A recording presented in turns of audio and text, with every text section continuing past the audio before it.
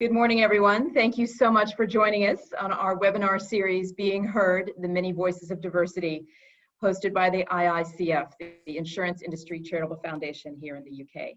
My name is Dawn Miller. I'm the country president for Chubb Insurance Switzerland, and I'm super proud to be with you today. I'm also a board member of IICF and chair of our events committee.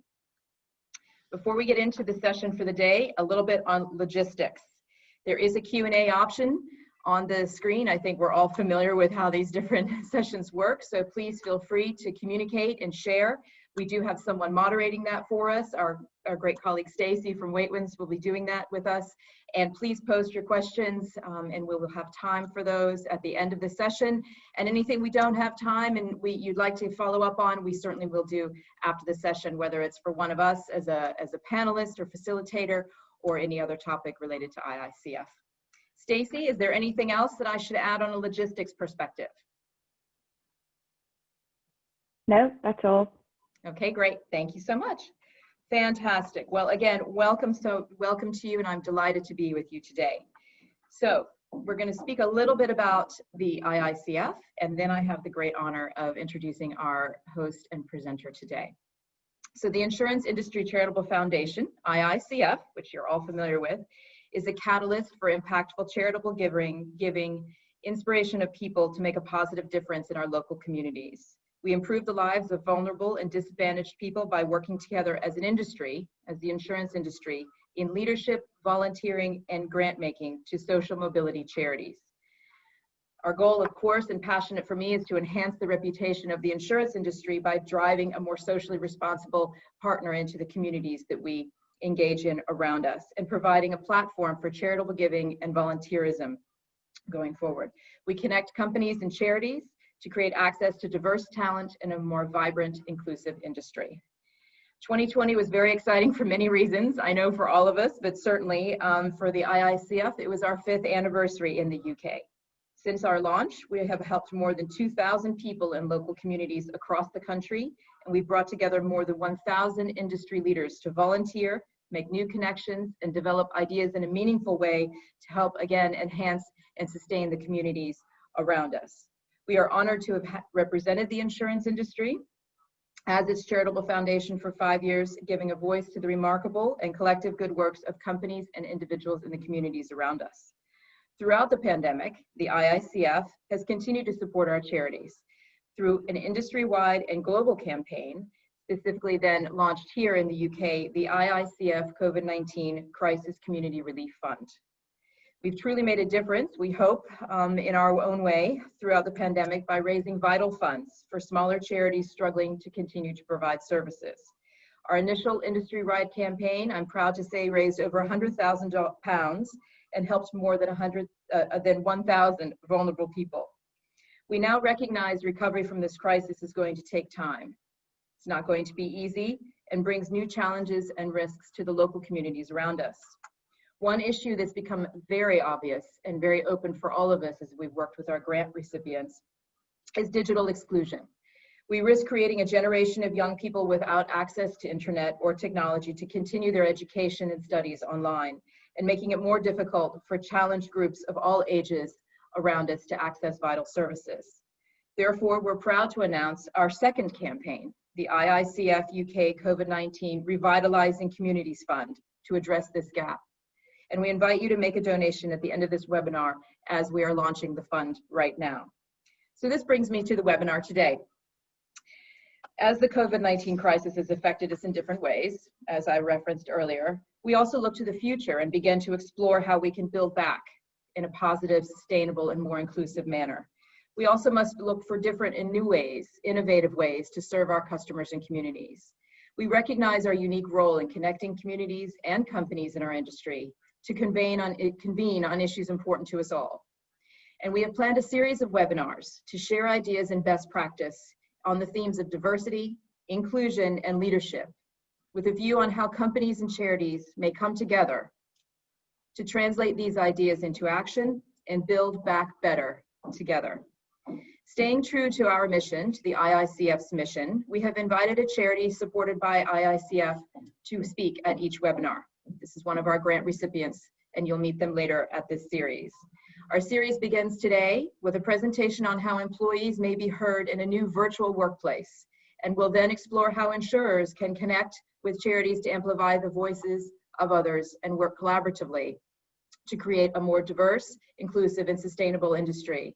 It's our intention with each of these webinars in this series that you as the participants in the audience walk away with tools to help your voice be heard, both in your workplace, in your personal life, and in your communities and beyond. So, my favorite part of today, gives me great pleasure to introduce my dear friend, Nick Winston, business psychologist, leadership consultant, author, and director of Da Vinci's Workshop. He's going to explore practical tips on how to amplify your message, how to be heard, reach a wider audience, and stand out from the crowd. A little bit of background on Nick. I'm very honored to have known him quite a long time, and he's made a huge impact in my career, in my time in recent years. As I mentioned, a trainer, a facilitator, specializing in leadership, organizational transformation, and behavioral change.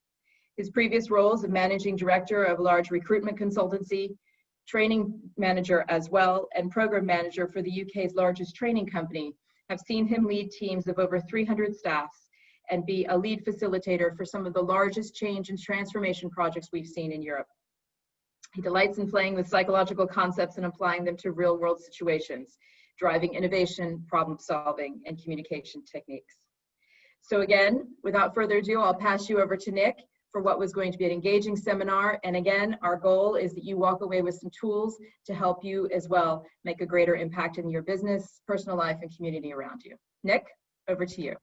Thank you very much, Dawn. Thank you very much. It's not too much of an intro to live up to, so that's great. Thank you very much. And you're absolutely right. I love playing with psychology. It's one of the great delights in my life, along with physics. I'm quite a techie head like that. And the interesting thing for me for psychology is how many different ways you can apply it in real business situations. So let's have a little bit of a look at what we're going to do today. But first, I'm going to introduce you to a slightly new title, a slightly different title for this session. I added one particular thing. It's how to be noticed in a noisy world, because that's one of the situations that we're facing at the moment. There is so much noise. So whether we're looking at within our own organizations or how we stand out as an organization in an ever increasing virtual world, we have to find ways to cut through that noise and actually be noticed. And I'm not telling you anything you didn't already know there at all. So here's the agenda. It's going to be a little bit of a whirlwind tour over the next 45 minutes, but in essence, I hopefully will introduce you to, first of all, some good, nice traditional theories. What actually has happened so far over the last 30, 40 years, how charities and individuals can increase their brand, how you can increase your brand within your organization or within your community that you're selling to, or within the community that you want to gain funds or support from as well.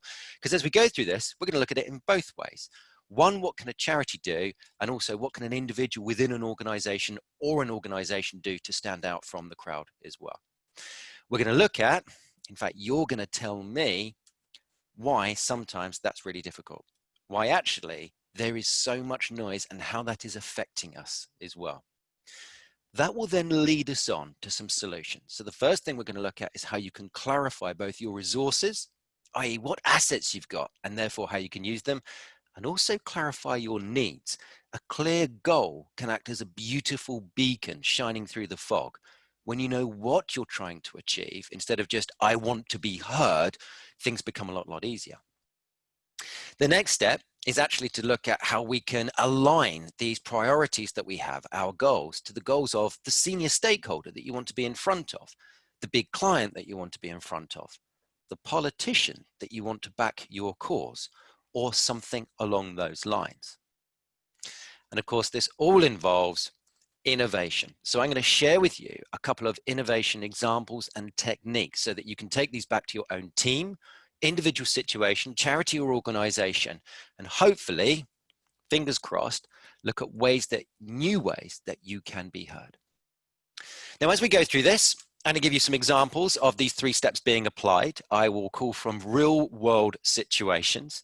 And I'll also give you 2 additional points as well. One is some very fast steps for making virtual sessions engaging. I've got 6 steps for you. They're pretty basic stuff, but they work, which is nice. And finally, 1 quick big tip on doing something beautiful, helping someone else to be heard. as well. So that's an overview of what we're going to be looking at. I just want to say very quickly that we are being recorded. So please feel free to ask anything at any time. You can use the chat box or the Q&A, and I get a little flash icon if anything happens on either of those. I'll try and keep an eye on those and answer any questions.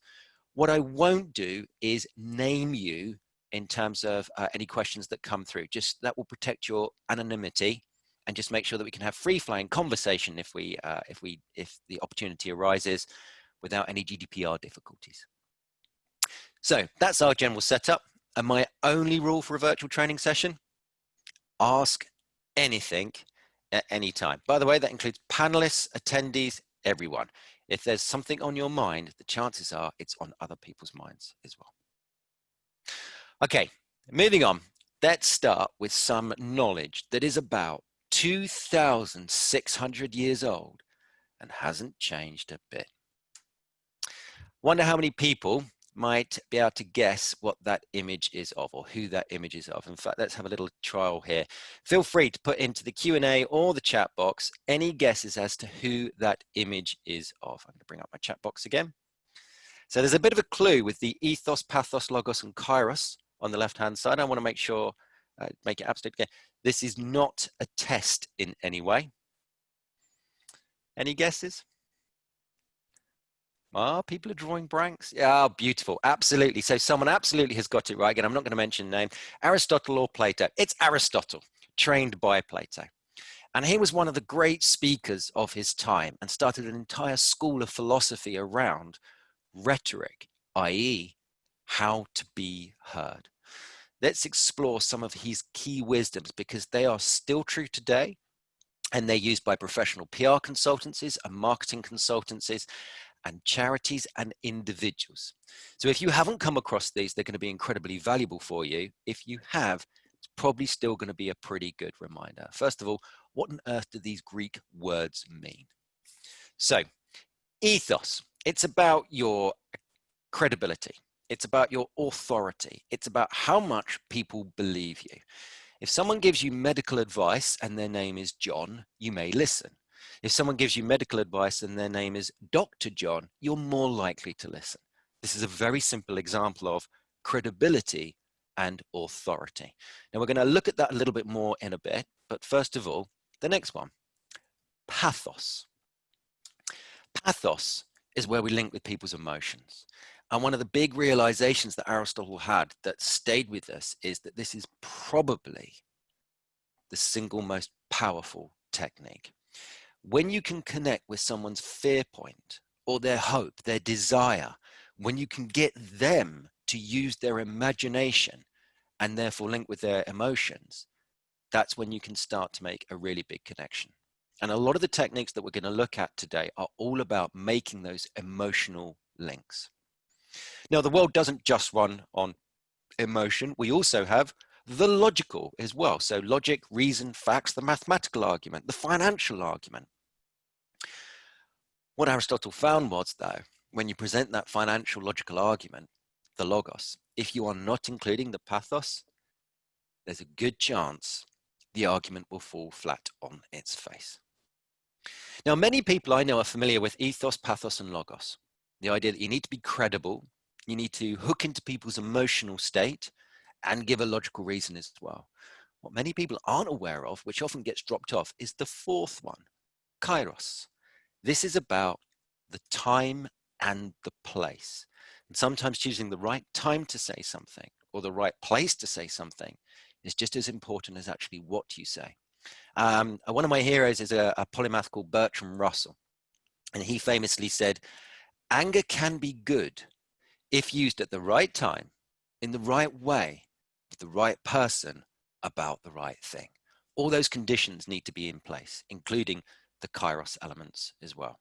But again, in conclusion, there is one that is more important, more powerful for affecting human decision-making than any others. And that's pathos, the emotions, imagination, fear, hopes, the dreams, the desires, the ethics of people. We're going to spend a long time looking at that, but first of all, let's do a quick check in on ethos, because I want to share with you some techniques where you can boost your credibility with others. All of this is about psychology, without a doubt. So the first thing we can do is actually promote our qualifications and experience. Many of you are very well qualified in your particular fields. Let's say you're doing that presentation to your board or your team or your client. Never be afraid to subtly mention those qualifications and experience. You can do it in many, many different ways. A lot of people can get quite funny about having the qualifications on business cards, email sign-offs, things like that. It does very little harm. You can also promote the qualifications and experience of people and others who support your view. So, for example, here is a real piece of phrasing taken from a New Scientist article. I will let you read that yourselves because it's very annoying when people read things out that are on the screen.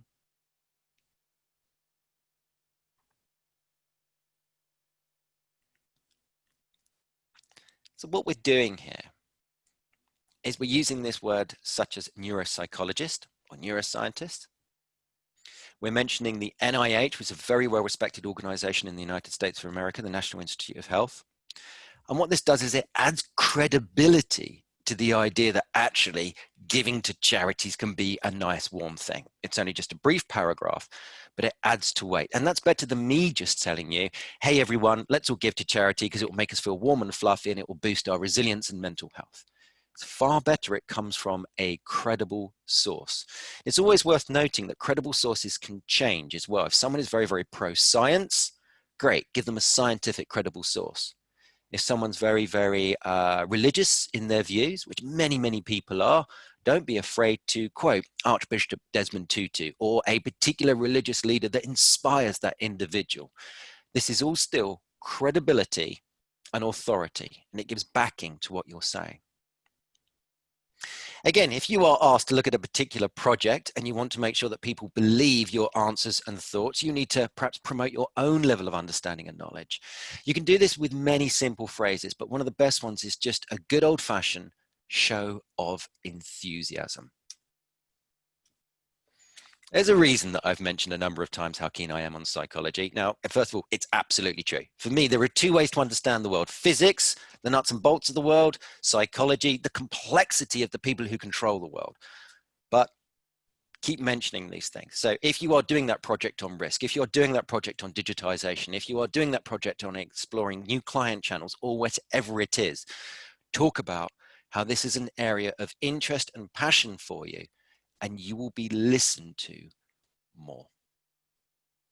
That's some very quick stuff on ethos. If you want to know more, you might want to Google things like, how can I come across as credible?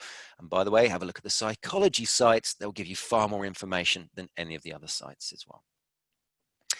But the big stuff that I want to play with today, the stuff that I know can help an enormous amount, is pathos.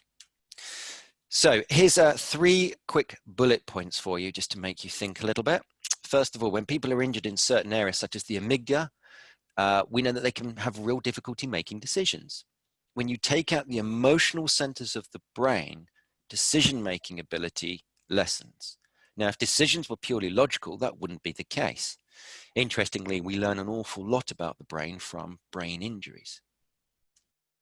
This one's lovely. Google and the CB in the United States surveyed more than 3,000 purchasers. And what they really wanted to do was they wanted to look at, is this emotional decision-making just happening when you sell, say, directly to an individual, a consumer at home? Or does it work from business to business points of view as well? And they found that the effect was increased in business to business. Now, just yesterday, I was talking to one of my clients who's a technological consultancy. They're saying one of their great frustrations is when they know the right technological solution, but their client is absolutely emotionally wedded to the wrong solution. They said this is a really, really common thing. Now, what scares me most about all of this is the effect gets amplified when we look at individual executive decision making. Ladies and gentlemen, there is a reason that according to PwC in 2019, over 90% of senior directors were still male. Sorry, were white, and 81% were male. And that's after a big equality push over the last couple of years as well. There's a reason for this, is because we make emotional decisions more than logical, rational ones. Now that can make the world a confusing place. It can make it a difficult place. But if we understand what's going on, we can start to navigate. And actually, when you connect two elements together, the emotion and the logic, then you start to have enormous power to influence as well. Let's have a look and play with some examples of these. So I'm going to give you two frameworks that can help you if you are giving a presentation to almost anyone. Again, this is applicable if you're a charity looking for donations or looking to get partners on board, maybe looking to get a sponsor, a mentor, or something like this, or an individual within an organization or a team doing that board presentation. It's all still follows the same rules. This one is called the chronological story presentation, and it goes like this. First of all, we talk about why the current system or state exists. And by the way, don't attack it. You simply reference that we have this digital system because it was the legacy one that we bought from when we took over that company. Or actually, this is the way that we've always done business over the last 20 years because previously over the last 20 years, it has worked. Or this is how these people get school meals or something like that. So we explore why the current system or state exists. We then look at the difficulties that are happening right now. Let's take the school meals system. It's quite live and current in the UK at the moment. I'm sure it is in other places in the world as well. Why the current state or system or state exists at the moment? Well, some people can qualify for school meals, free school meals, and it's all means tested. What's happening right now? A whole load of people are out of work. A whole load of people suddenly have found themselves on the poverty line. They're using food banks, and there is an enormous increase in the number of children who are applying for school meals.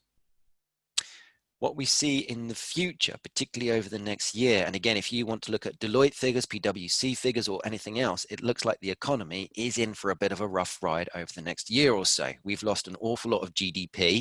It's going to take some time to gather it up. The economy is growing again, but there are big knock-on effects. As different parts of the UK go into lockdown, there are going to be more and more people suffering. What does that mean for the future?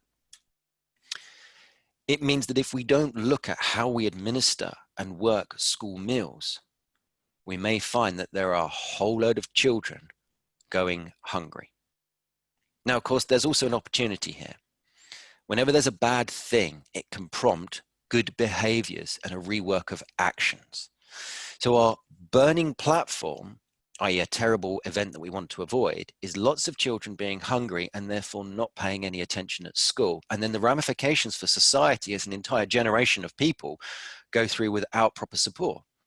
The reward is, this is an opportunity to look at our budgets, look at our finances, look at our structures and operational methods, and look at whether we can revisit how school meals are done. Now, whenever you present a solution, it's nice to present just a new twist on a solution.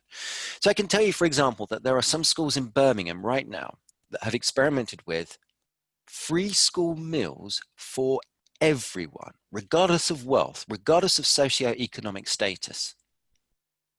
You know what their results have been?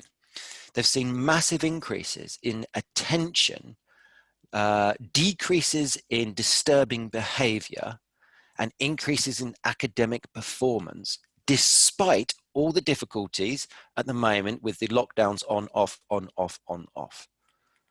From what we can see at the moment, providing free school meals for pretty much everyone in the country would pay off enormously in terms of educational increases, which then later on lead to industrial and business increases as well.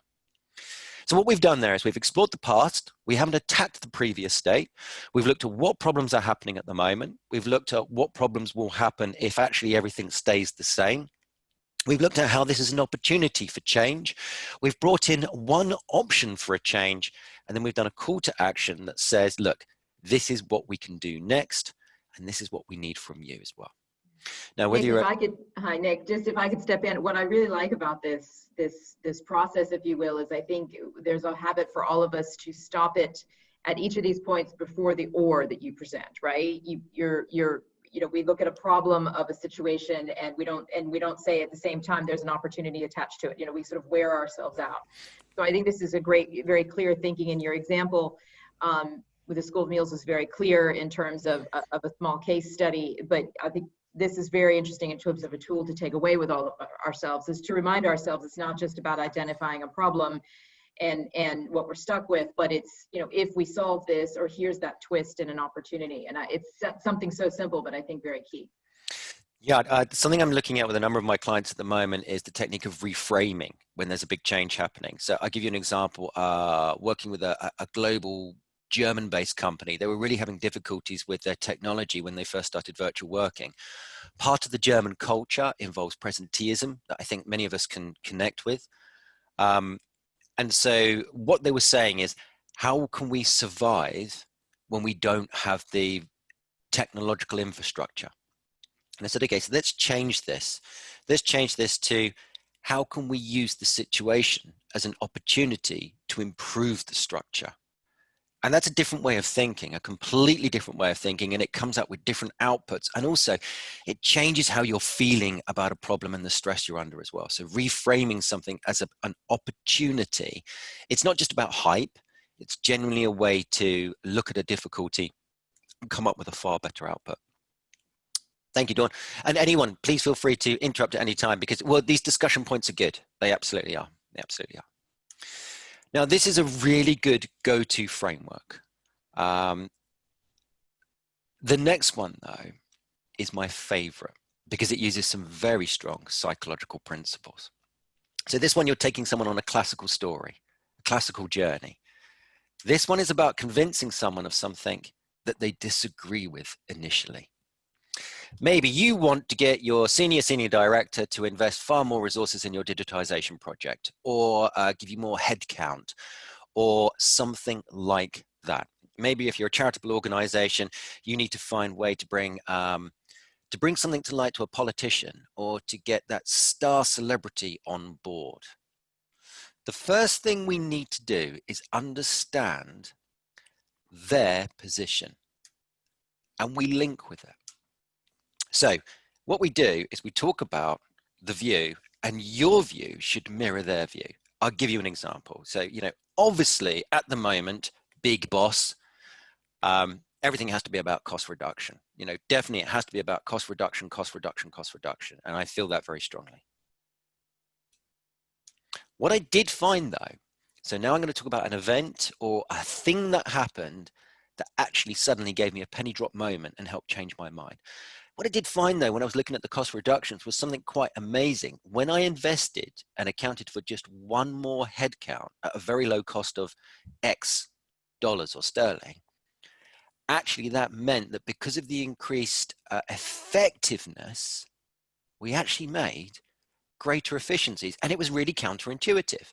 I found that by taking on one other person, I massively reduced the mistakes and therefore the compliance points that we were having to jump through, and therefore the regulatory issues as well. And it was really weird to see that, but that's what happened. Notice I've not gone straight to the solution. I've started off with, I agree with the cost reduction points, or something like that. Then you talk about, and I still find it difficult to believe that actually spending that money meant that we saved the money, but that is what happened. So again, now what I'm doing is I'm reiterating how I'm connected to the old emotional standpoint or primary motivator, but also reiterating the new way of working. Now, on a personal basis, I wish I could teach the world this. I see big important movements such as the Black Lives Matter movement. And that matters. It really, really does.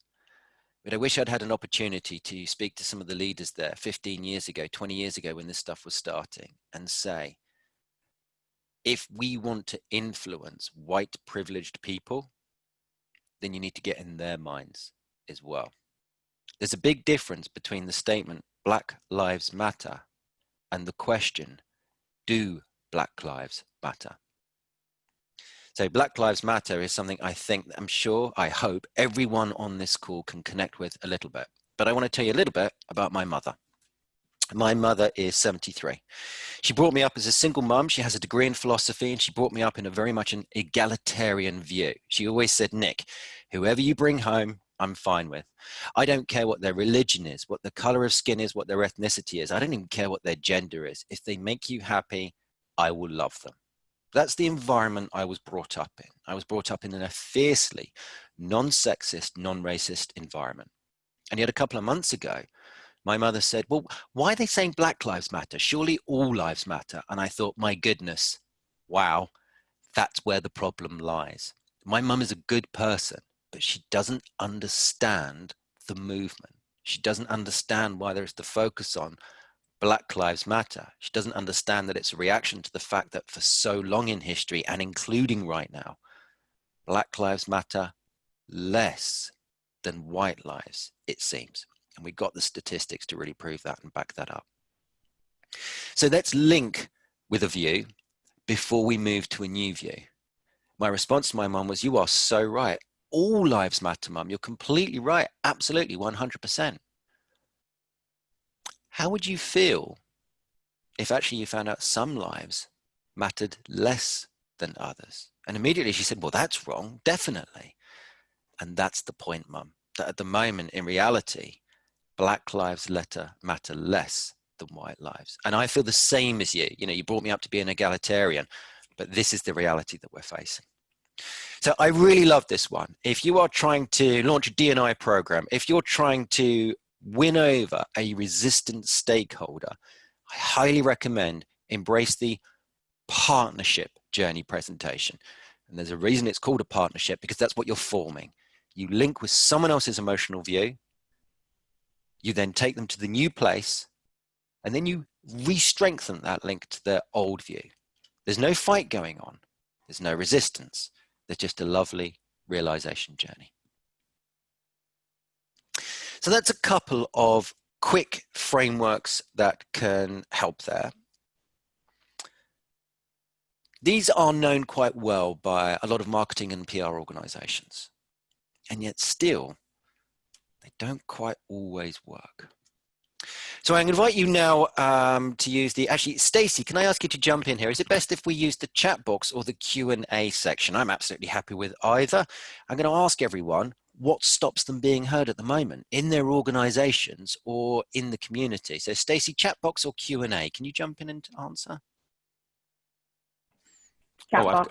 Lovely, chat box. Okay, so let's do that on the chat box if that's okay. Great, and I can see that coming in already. So I'd like to ask you all, what stops you being heard, do you think? What's drowning out the noise? What are the difficulties? So I'll give you a moment to think about that and put in some thoughts. There's always this moment in virtual sessions where you ask a question, you actually have to wait for the response for a little bit. So it also enables me to take a sip of my coffee as well, provides a convenient break for me. But get some answers in. What do you think are your barriers to being heard in your organization or in your community?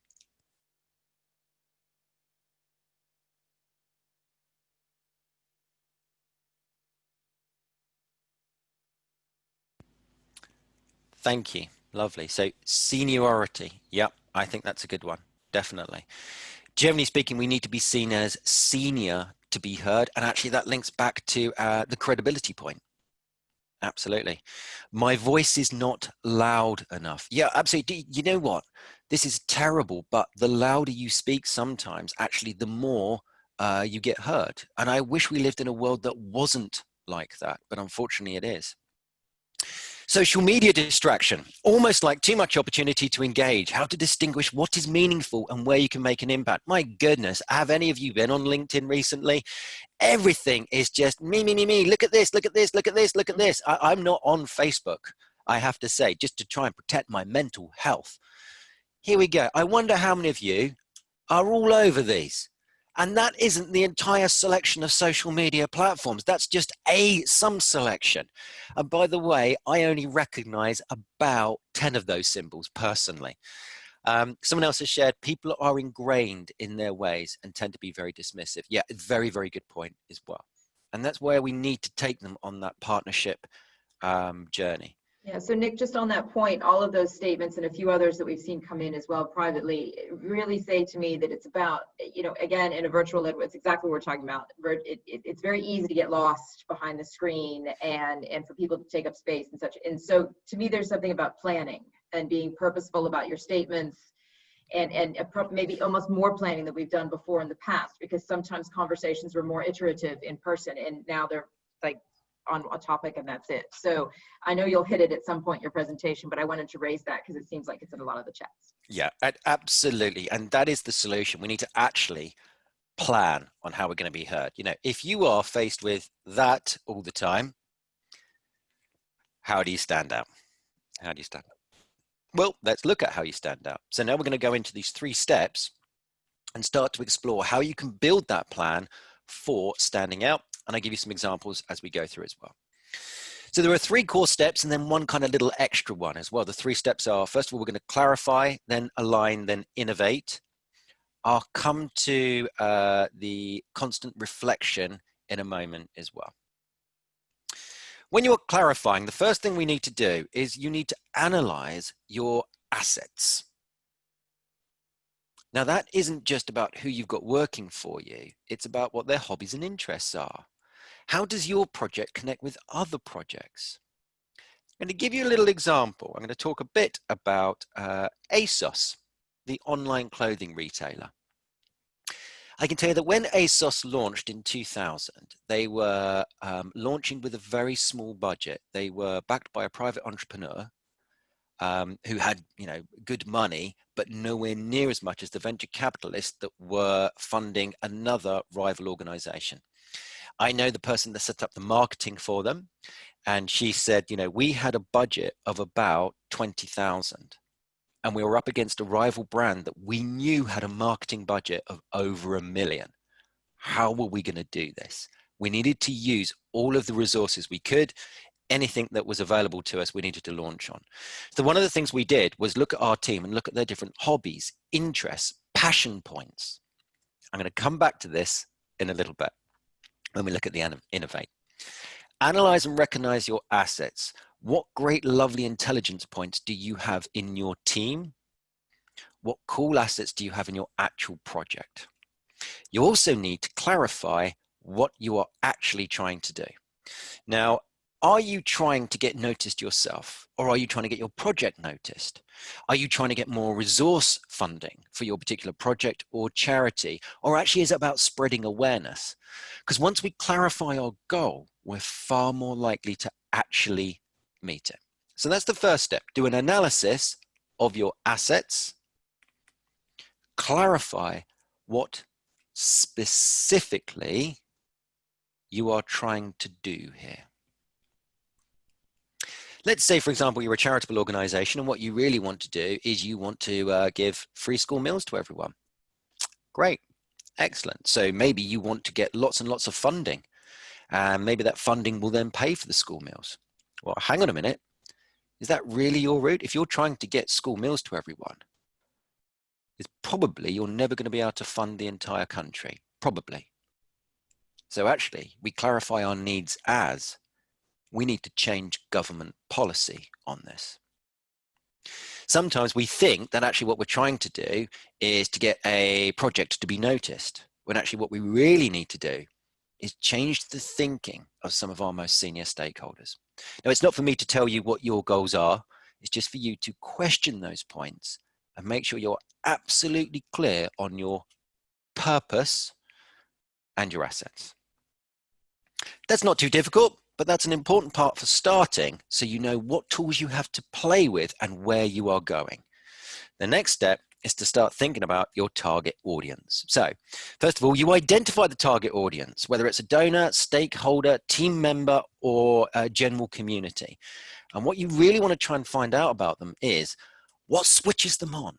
What's their actual core values? What's their hot button? What are they all about at the moment? Now, I know a number of insurers, both underwriting and brokers, etc., at the moment are all about cost control, because that's the reality that we are living in at the moment. If I know that, I can start to link with it. In any situation, think about your target's communication style. Do I want to be really, really direct and brief with this person?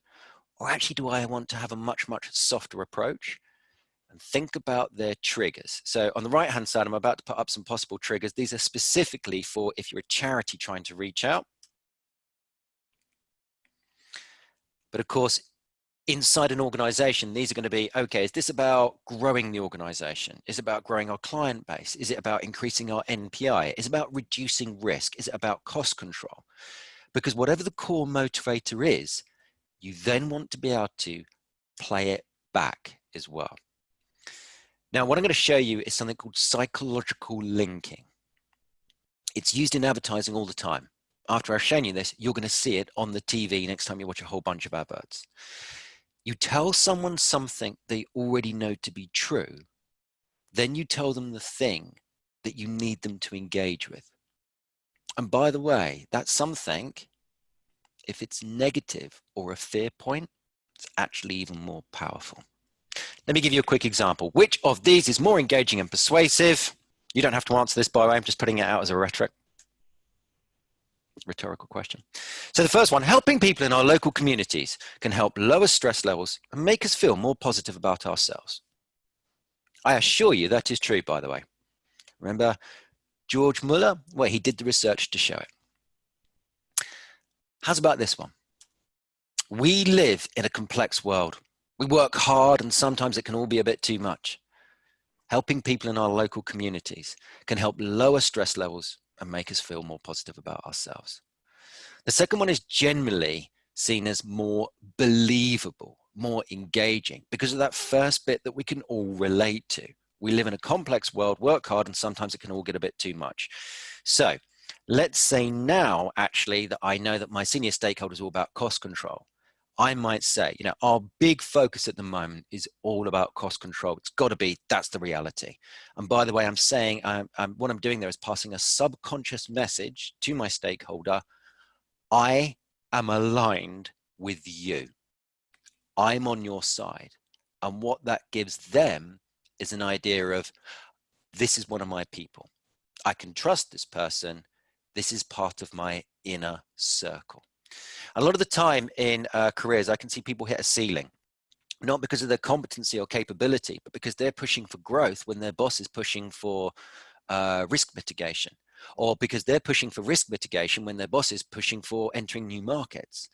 Always try and understand what your target's core motivator is so you can link back to it. And that means also you can start to get on people's radar in really nice, easy ways. For example, let's say I know that it's all about cost control. I might ping this email across. Obviously, this is a bit of a jokey email. I wouldn't really send it to someone called the big boss. But notice the subject title there. Positive, and immediately linking to what their number one thing is. What I really want them to do is to be aware of my project. Hey, everyone, look at my project, look at my project, look at my project. So I'm linking it with what is important to them. Or perhaps actually I need to do a slightly different approach here. Maybe I'm going to reach out to some of my special donors in the charity. And maybe I know that my donors are particularly wealthy donors.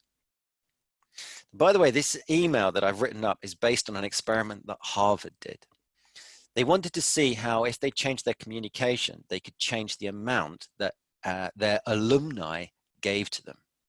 Now, perhaps you want to stereotype up some Harvard graduates. They're probably very competent, highly intelligent, and probably quite successful people. There's no definites in this, but there's a reason that people get into Harvard and come out of Harvard the other side as well. So they found that when they wrote an email like this saying, you are special, you can have an impact, they got 5 times the financial donation as when they wrote, we are really in need of a new library and we're asking everyone to contribute. Sometimes you want to connect with everyone to contribute. Sometimes you want to tell someone that only they can do that very, very special thing. There is no right or wrong here. It's just about identifying what's the particular hook that's going to work with this particular stakeholder or individual. So that's a couple of ways that you can align the motivational threads to whoever you are targeting. Think about, actually, as Dawn said, plan it. Think about your resources and your assets and plan it. Okay, now let's move on to innovate. This is a fun one. And now you're going to hear why I referenced ASOS earlier as well. With innovation, we need to find new ways to stand out. As we already know, there is so much noise. So how can you stand out when there are 100 other projects just like yours happening around Europe? How can you make sure that the most senior stakeholder notices you? If you're a charitable organization, how can you get your voice heard above others?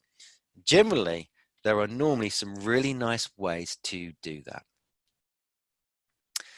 I don't know whether you know what ASOS actually stands for. It stands for As Seen on Screen.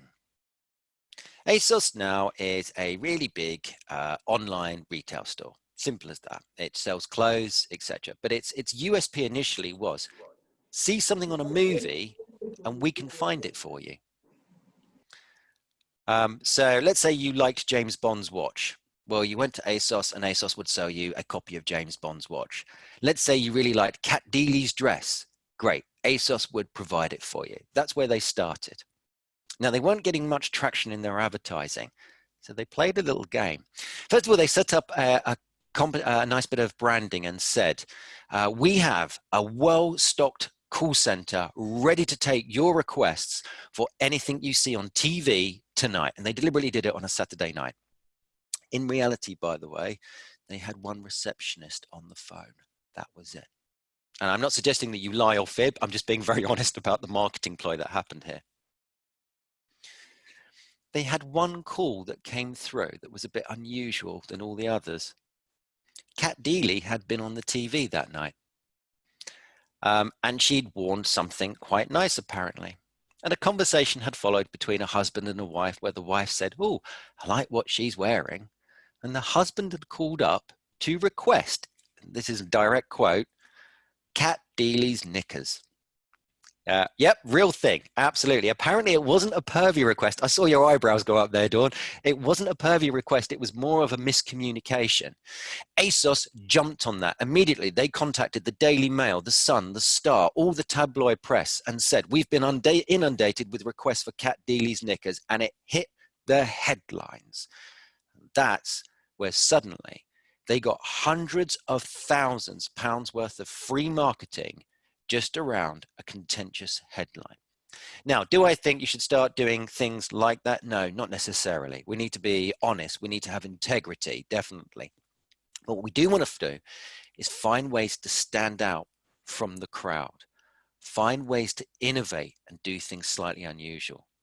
Find ways to get another voice if ours isn't heard enough. At the moment, there is still a big battle for free school meals. Can anyone put into the chat box who is leading that battle? I'm going to bring up the chat box again. And let's see if anyone can tell me the footballer that absolutely, thank you, Rashford, absolutely. Because actually when he stood up and made this big plea to Boris Johnson and said, look, I am from a broken home previously. I came from a situation where I didn't always have opportunities and those free school meals mattered to me. Suddenly, everyone in the UK started to pay attention. Oh, look, we've got a great footballing hero. So many people like football, they can connect with it. Now, does that change the logical argument? No, not in the slightest. But now we've got a celebrity voice that is sponsoring that argument. If you're a charity, you can use these kind of techniques. But actually, if you're in the corporate world, you can as well. Who's the big stakeholder that can back your idea? Reference them. Ask them to talk about the project that you're working on at the next board meeting. We know, for example, with diversity and inclusion campaigns, that the more senior a stakeholder you can get on board, and the more you can get this mentioned at the very, very top level, the more actual buy-in there is across an organization. Lovely. Has he become an MBE? I hope he has. I hope he has. If he hasn't, he deserves it for the excellent work that he is doing and the honesty of his story as well. So find ways to be noticed and shout out. And here are a couple of quick ways that you can do this as well. So I'm going to give you a very, very fast, oh, by the way, we're near the end of my section, but I'm going to give you a very fast masterclass in innovation techniques as well. Here are some questions that you can ask yourself anytime you need to innovate, just quick ones. First of all, those resources that I charted earlier, how can I use them? Here's something else that ASOS did. When they looked at their very, very small marketing team, I think it was 4 people, you know, to launch a global billion-dollar brand. 4 people is not an awful lot. They realized they each had passions. They looked at how they could get those passions on TV. And that's why for nearly a year, one of the most junior members in the marketing team was on the BBC as a film reviewer. Why? Because he was passionate about films, an absolute film geek. So he acted as a BBC film reviewer. And each week for about 15 minutes, everyone saw this chap from ASOS, and that's how he was introduced. And what did that cost ASOS? Absolutely nothing, nothing in the slightest. So think about how you can actually use those resources and how you can employ them. Is there someone on your team that has an appreciation of fine wines?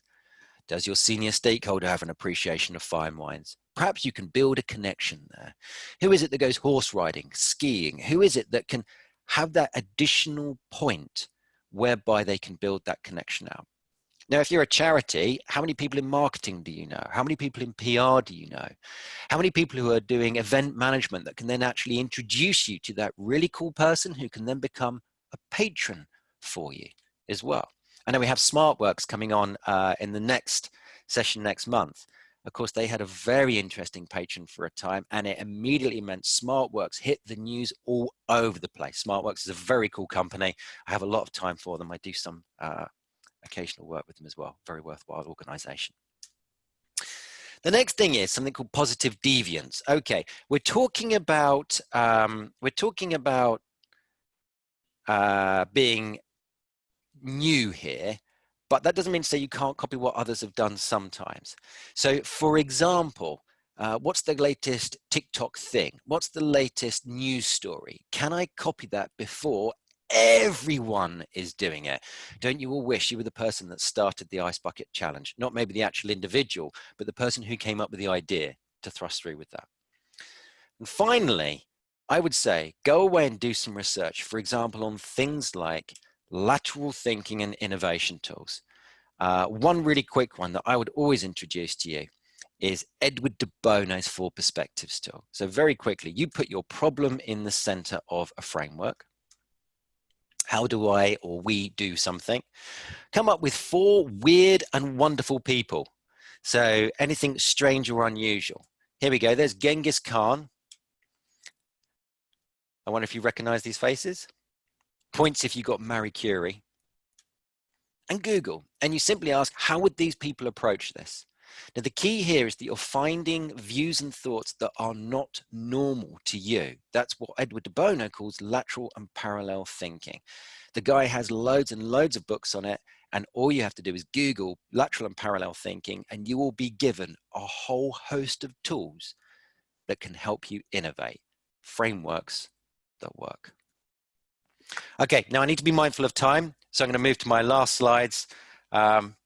And I would just say that the last thing we need to bear in mind is we need to constantly repeat this process. That symbol is the infinite symbol, and recognize that everyone, we are in, as Simon Sinek says, an infinite game. A football match, a tennis match, these have clear endings. Business, charity, they don't. So anything you knew, you need to constantly reinvent, relook at, go back to clarify, double check your alignment, and then constantly innovate as well. I have some fast slides on presenting virtually. I'm going to move them in about 30 seconds. Simplify information, keep it clear. Look at that. Isn't that a nice thing? No, can't see anything that's happening on the screen. Oh, is that a little bit better? Actually, that's much, much better. Clarity is really important when you are trying to stand out in a virtual environment. Make sure that you don't talk while your audience are reading. When they are reading, they're not really listening to you. And when they're listening to you, they're not really reading. In addition, reading everything that's on screen is a pointless exercise. You get the idea. Never have that much text on screen. And while we're talking about large things on screen, if you are presenting data, try and use elements to highlight the key data points. Look, that's where we got really in debt as a country. That's where we balanced as a country. That's where things got really, really interesting. So if you are using large data points, and one of my things that I teach is presenting data in a non-complex way, make sure you're using those highlight points if you can. Visuals are cool, particularly like this one. It's one that just PowerPoint generated for me. Make sure you're using the right visuals in the right place though, and not visuals that might make people sick. Again, all of this is simply generated by PowerPoint. It all looks fun, but it's utterly unnecessary unless you're talking about the purpose of visuals. And the final thing with presentations is please always remember, you are the presentation. Now, the final tip I said I'd give you is how to help others who want to be heard. And I have a really simple answer for this one. Share everything you've learned today with them, including maybe the key points of this slide deck and presentation. Lovely people, I'll wrap up there. What we've covered so far is the traditional stuff, why it's difficult, and then the 3 steps: clarify, align, innovate. And I've given you a couple of examples as we've gone through those as well. And then some quick, really fast tips on virtual sessions. And a final tip on helping others to be heard. And with that, sorry, I've gone a little bit over time. I kept almost within my 45 minutes. And I'll hand back to Dawn now. Thanks, guys. Brilliant. Thank you so much. That is fantastic. Really wonderful. So before we talk about the upcoming seminars, that we have in this series, carrying on the same theme after Nick's incredible launch for us. I'm absolutely honored and proud to present our colleague Janeki, who's joined us from St. Giles. And Janeki, I'd love to hear from your perspective how St. Giles is helping the communities around us and in London and around the UK, those engaging in your centers really be heard in their communities. And again, share with us and tell us how we can help. Over to you.